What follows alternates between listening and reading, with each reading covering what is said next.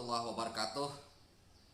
Eh, Laboratorium Perlindungan Tanaman Pangan dan Hortikultura wilayah Benua Anam, Sungaraya, karena ditunjuk sebagai admin atas pelaporan si Yakin Aman yang sudah mulai berjalan.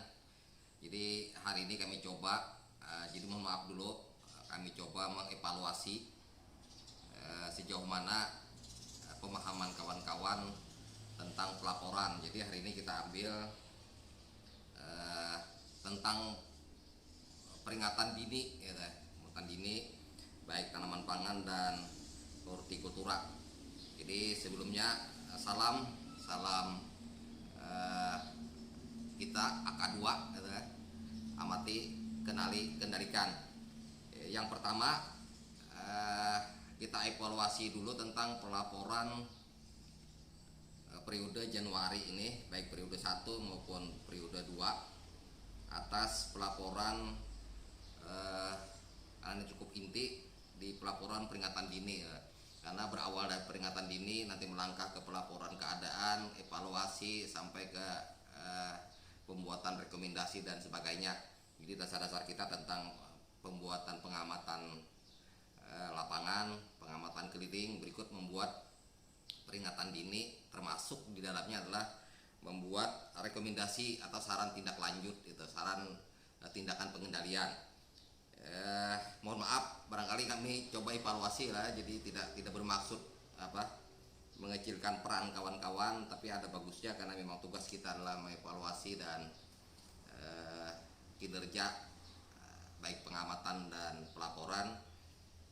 Kami mulai dulu, ini mungkin ada beberapa sampel yang kami lihat di laporan si Yakin Aman.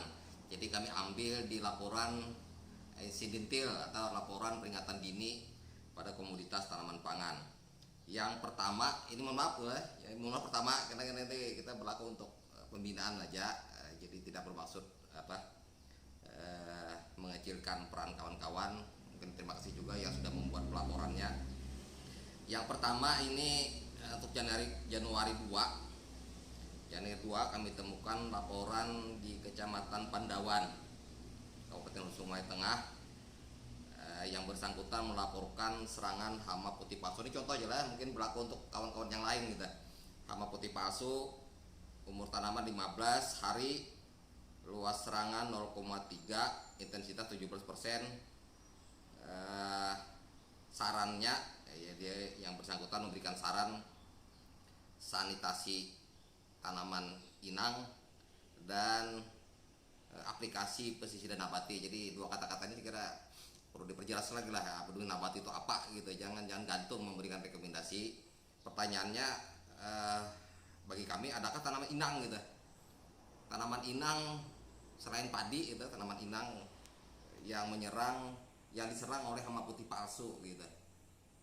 Jadi yang setahu kami di intervensi bahwa tanaman inang tuh hanya pada tanaman jagung, sorghum dan tebu, mungkin kelompok tanaman serilia.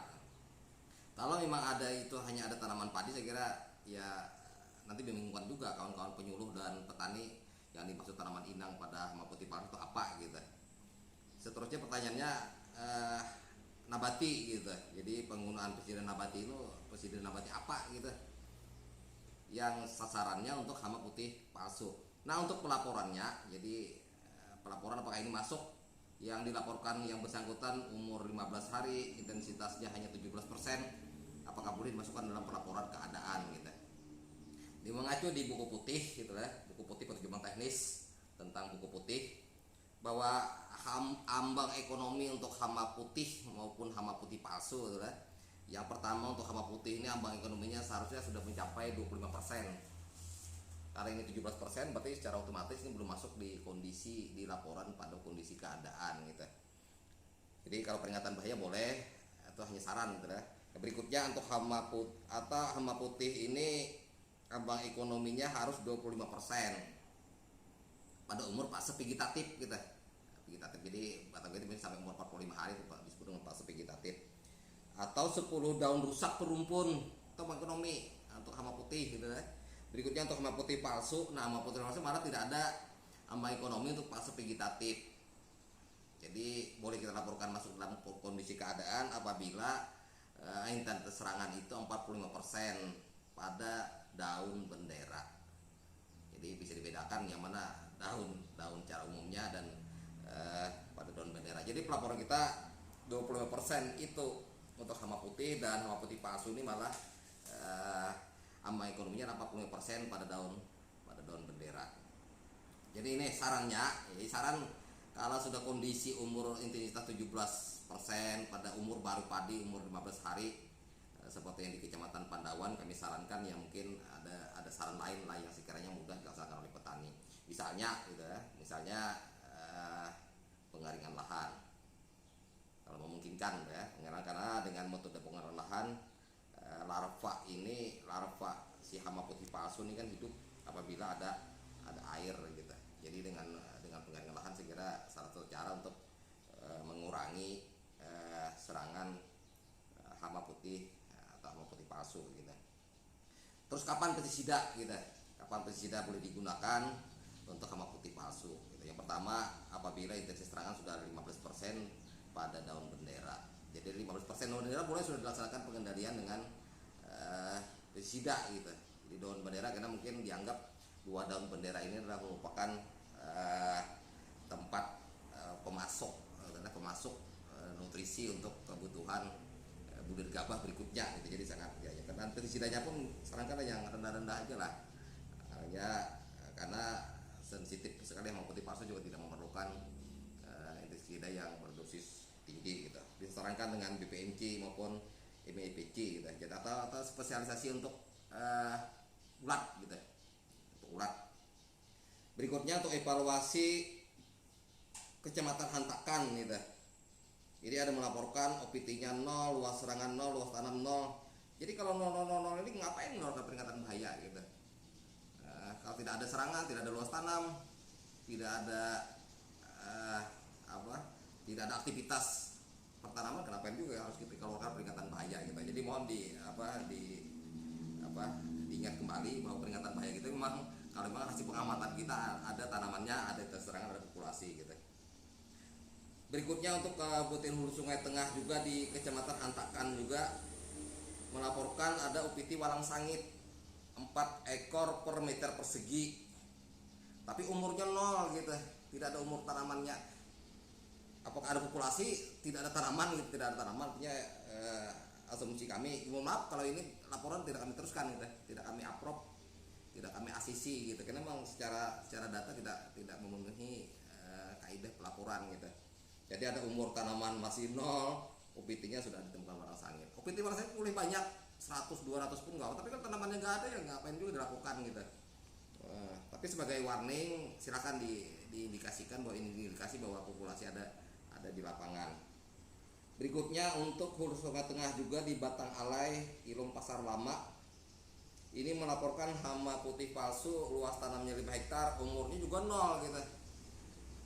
Jadi tolong dilengkapi lah data-data ini.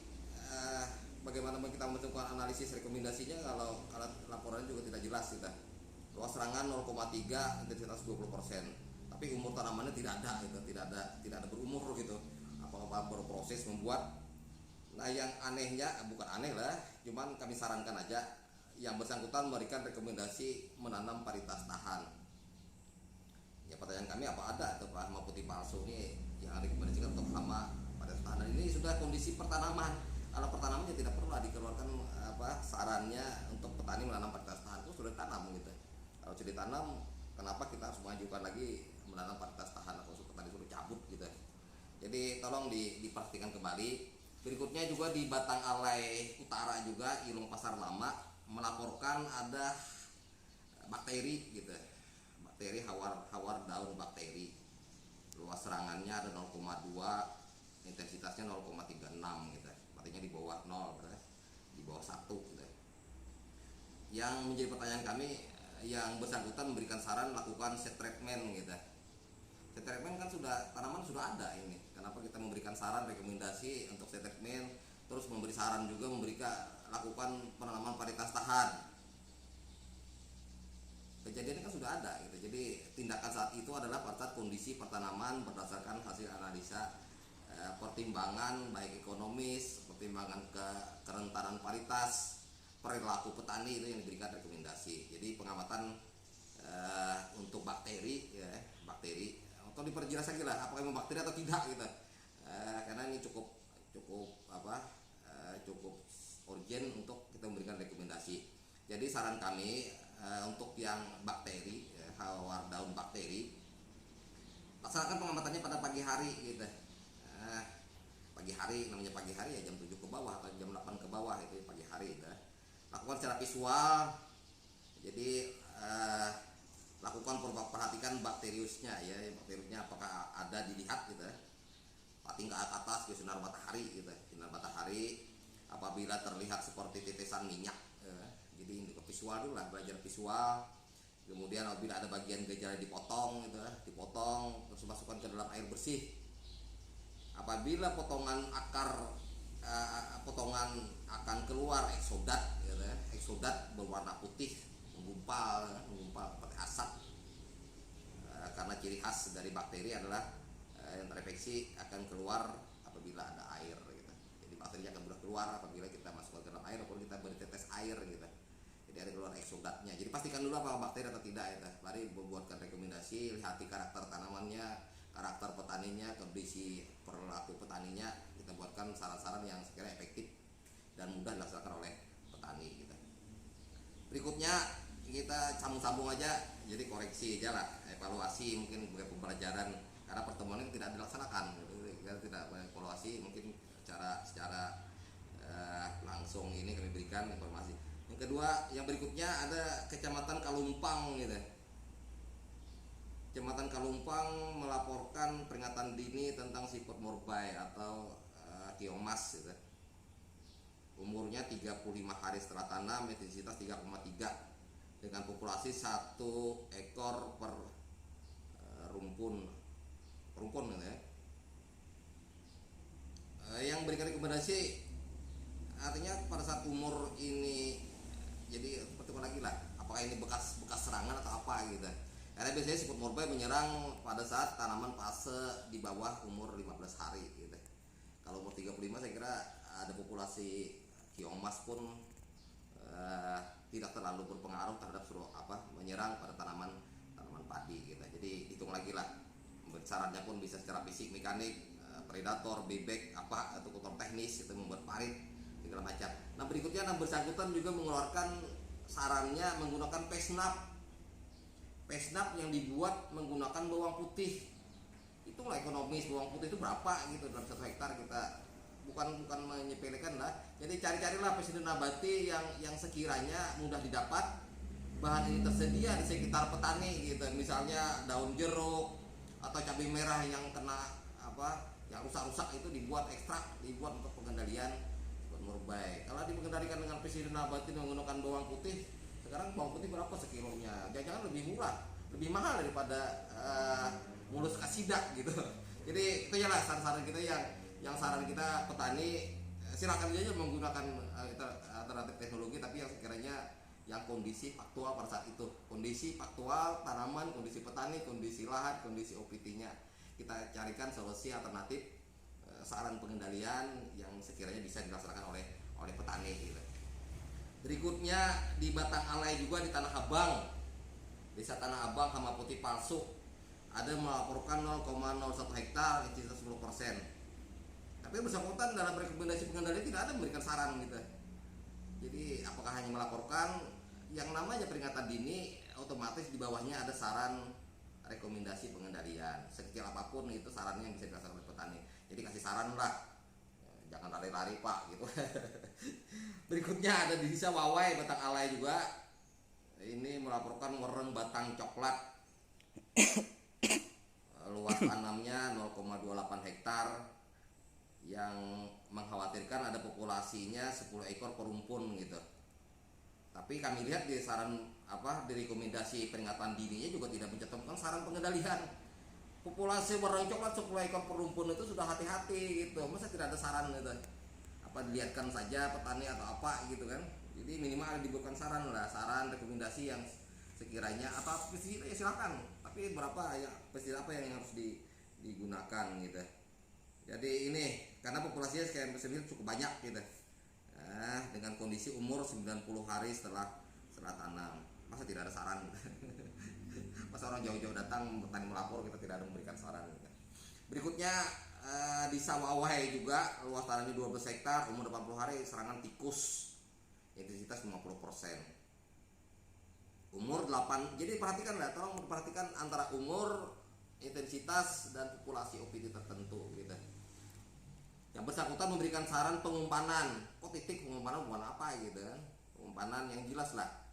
Jadi saran kami pada saat padi umurnya 80 hari setelah tanam tidak lagi diprioritaskan untuk pengumpanan gitu. Jadi lebih pilih alternatif pengendalian yang lain lah. Yang lain bisa menggunakan sanitasi sarang kuningan tikus, pengkarbitan yang aktif, pengempusan, atau pengumpanan boleh, pengumpanan.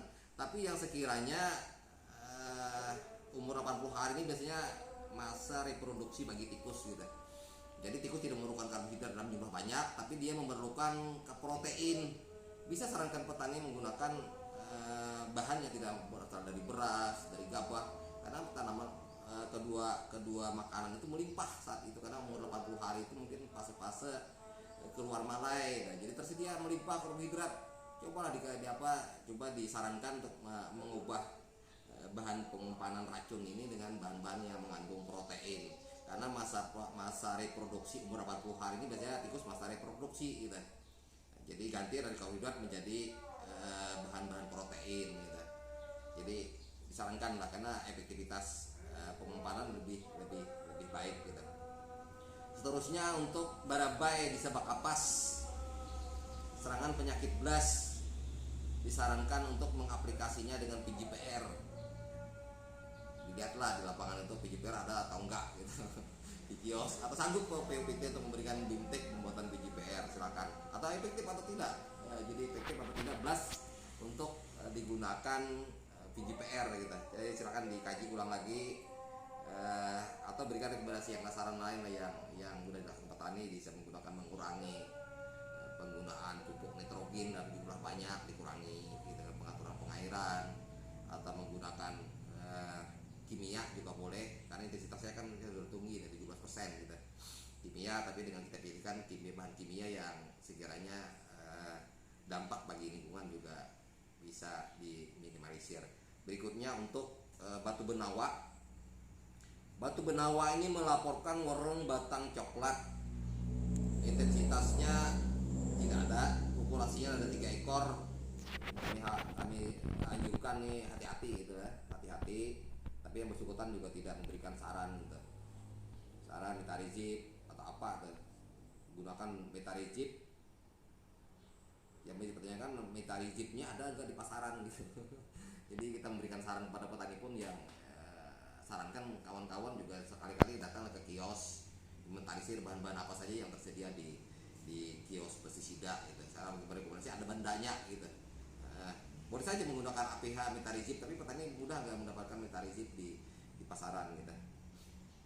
Berikutnya untuk di desa Payak, Hulu Sungai Tengah, ini memberikan saran Pipronel untuk warna batang coklat gitu. Ada lagi lah batang coklat itu, termasuk bahan aktifnya Pipronel itu apa gitu. Pipronel ini racun saraf, sistemik dan saraf gitu. OPT-nya warna batang coklatnya posisi apa gitu, jangan-jangan sudah bersayap penuh, siap terbang gitu. Belum tidak populasi dalam bentuk nimpa gitu. Jadi milihkan pestisida pun pilih-pilih yang bahan aktifnya apa, sekiranya kondisi pestisidanya pada ekobiologinya posisi apa gitu. Jadi jangan main asal sarankan. Pipronil itu biasa lah, kalau pestisida nama sebutkan mereknya nggak apa-apa lah. Daripada petani bingung juga Pipronil apa, imidacloroprid apa, itu bahan aktif. Jadi silahkan kalau ada jelas merek dagangnya dan itu terbukti efektif, silahkan diberikan rekomendasi yang sesuai bahan yang tersedia gitu. Berikutnya untuk Kecamatan Padang Batung. Padang Batung ini ngeri lagi gitu ya. Serangan penggerek batang, tapi memberikan rekomendasi sangat banyak gitu. Jangan-jangan nanti menjadi OD gitu, overdosis gitu kan. Disarankannya menggunakan Pesnap. Pesnapnya juga gak jelas Pesnap apa gitu. Disarankan juga menggunakan APH, Metarhizium biovirium. Disarankan lagi gunakan insektisida Fipronil, Mitomel, Chloramthanilepol. Diperjelaslah satu persatu. Kalau menggunakan APH ya konsentrasi dengan APH. Setelah evaluasi kalau memang tidak efektif silakan digeser gitu. Tapi jangan dicampur aduk banyak gitulah. Mas ada harus menggunakan Pesnap, kapan waktunya itu nggak jelas juga. Pesnap apa gitu. Ya sekiranya untuk mengirit batang gitu. Terusnya disarankan juga mau APH, Metarhizium, biovirium, insektisida Fipronil, Mitonil, Chloran. Jadi pelajari dulu lah insektisida bahan aktif ini untuk apa fungsinya gitu. Satu merek aja, jangan bermacam-macam, nanti petani bingung gitu. Apakah disuruhnya campur Fipronil, Mitomel, Chloramthanilepol, apa dicampur lagi dengan Pesnap, apa yang Metarhizium, kebanyakan gitu. Ya mohon maaf, saran aja lah. Terusnya untuk tapin. Tapin ini melaporkan serangan hama tikus umur 70 hari, intensitas 3,6. Lihat lagi lah intensitas sama ekonomi untuk tikus berapa persen untuk fase vegetatifnya. Kebetulan yang bersangkutan juga Candira Selatan ini tidak memberikan saran. Serangannya ada, intensitasnya ada, tapi tidak memberikan saran gitu. Mungkin ya dihitungnya enak pencetak bahasa lah. Kira ini beberapa evaluasi, kalau yang terlewat mohon maaf, tidak bermaksud menggurui, tidak bermaksud Yang berikutnya untuk tanaman horti gitu. Sedikit mengenai tanaman horti. Nah untuk horti ini mungkin global aja lah, global, evaluasi global. Ada yang melaporkan serangan kutu daun apes, luas tanamnya hanya 7 hektar gitu. Tapi yang bersangkutan melaporkan luas tambah serangan 9,16, berarti melebihi gitu. Jadi luas tanam yang 2 hektarnya kemana gitu, 2,16 hektarnya apakah ada tanam gaib atau apa gitu. Tapi diperjelas lah kalau luas tanam identik dengan luas serangan. Jadi luas serangan tidak melebihi dari luas tanam gitu. Berikutnya beberapa penggunaan bahasa yang mungkin nanti diseragamkan lah, kita sepakati aja. Yang melaporkan virus kuning, ada yang mengatakan Gemini virus, ada yang virus keriting, ada yang keriting virus gitu. Jadi 4 macam ini mungkin suatu saat diseragamkan lah kawan-kawan di horti. Kita menggunakan kata apa virus kuning, apakah Gemini virus, apakah virus keriting, apakah keriting virus gitu. Jadi mungkin suatu saat diseragamkan lah. Terusnya ada yang memberikan saran untuk tidak ada yang memberikan yang Gemini virus, tidak ada yang memberikan saran untuk eradikasi gitu. Karena kunci virus adalah dengan cara eradikasi. Tapi rata-rata kawan-kawan melaksanakan sarannya adalah melakukan pengendalian dengan insektisida. Insektisida mungkin untuk vektor, tapi tidak mengurangi inang sumber inokulum serangan awal virus gitu. Berikutnya ada yang melaporkan penyakit bakteri Xanthomonas pada tanaman cabai gitu. Mungkin kasus pertama, kalau memang ditemukan, saya belum ada melaporkan atau menemukan kasus. Jadi diperjelas lagi lah apakah memang positif bakteri pada cabai ini Xanthomonas, apakah Xanthomonas yang di padi ini juga bermutasi ke cabai gitu. Kalau diperjelas karena data kita sangat diperlukan, sangat sensitif, dan kami kira ini dari kami salam POPT, amati, kendalikan. Wassalamualaikum warahmatullahi wabarakatuh. Waalaikumsalam. Panjang bener, Le.